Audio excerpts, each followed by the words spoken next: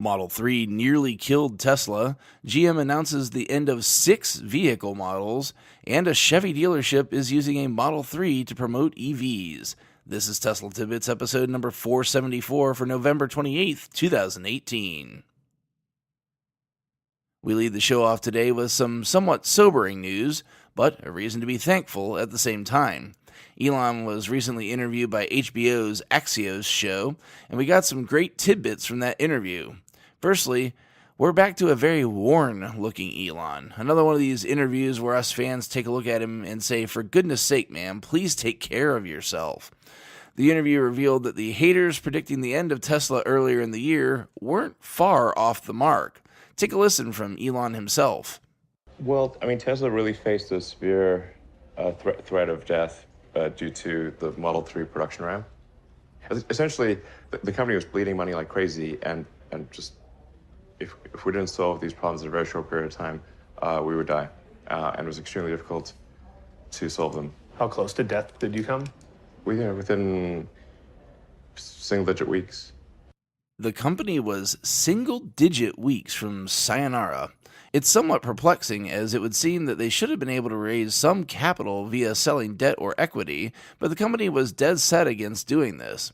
While Elon's promise proved true that they didn't need to, it sounds that they really had to sweat that promise. For me, I'd rather they have went back for one more round of funding if it meant ensuring the company didn't have to worry about its future. This next one, courtesy of CNN, is kind of a two-parter. First, the news bit. GM shocked many yesterday, announcing the end of 6 vehicle models and the closure of 5 U.S. factories. The models that will cease production are the Buick LaCrosse, Cadillac CT6, Cadillac XTS, Chevy Impala, Chevy Cruze, and lastly, and most relevant to this show, the Chevy Volt. The factories that will cease operations in the U.S. are Detroit, Michigan, Warren, Michigan, Oshawa, Ontario, Warren, Ohio, and White Marsh, Maryland. Super sad to see one of the first mainstream EVs meet its end. While some see plug-in hybrids as a half step that should be skipped on the way to a pure EV future, I am of the other mind that any EV that helps drop the use of gasoline and reduce emissions is worth having. I was very close to being a Volt owner at one point, and it's with sadness that I watch it drive off into the sunset. But DJ, you say, you make a point of only talking about Tesla news on this show. What in the world does this have to do with Tesla? A fine question, my friend. That brings us to the second part of this story.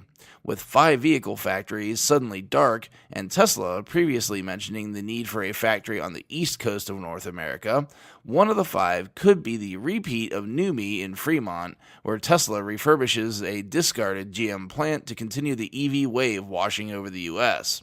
Being an Ohioan, I'm clearly partial to the Lordstown Assembly Plant in Warren, Ohio.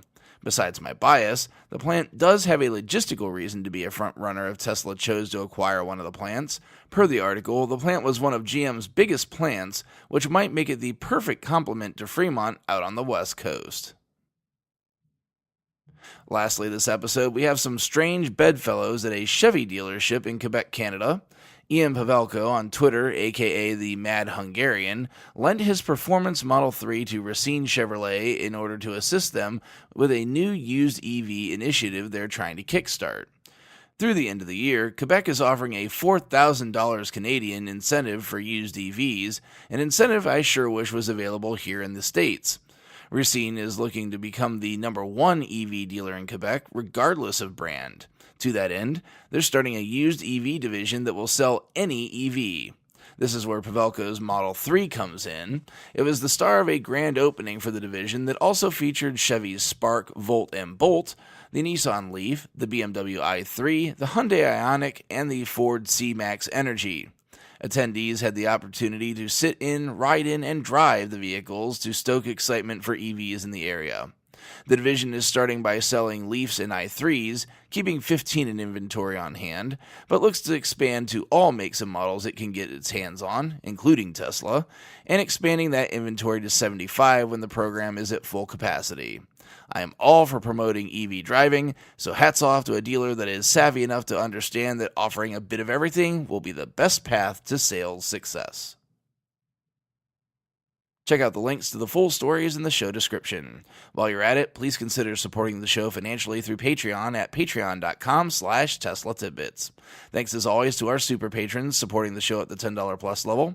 They are John Waltower, Drew Schuyler, John Waller, Mark and Sarah Thomas, Ryan Scarborough, Lee Sweet, William Henry Crew III, Dorian Steve Guberman, Bruno Quindici, Joey Boots, Ralph and Cheryl Waterhouse, Adam Raymer Brown, Megawatt Photovoltaic Development, Todd Sullivan, Robert Healy, Mitch Long, Zortech LED Canada, Morven Ogg, Blake Thompson, Raymond and Deborah Malkowitz, T-Sportline, Michael Pastroni, Travis and Cheyenne Rush, Cookie UK, Chris Hovis, Craig Murphy, and Vicky Kirk. If you're looking to purchase a Tesla, you can enjoy unlimited supercharging for your first 6 months of ownership and hook me up with some Tesla swag if you use the referral link ts.la/Jim50888 to purchase your vehicle. Of course, if you can't support with dollars, that's quite all right. Feel free to leave a positive review, subscribe, or like the show on your platform of choice instead. If you have feedback for me, the best way to be heard is to tweet at Tesla Tidbits and use the hashtag AskTeslaTidbits if you'd like your question to be considered for the show.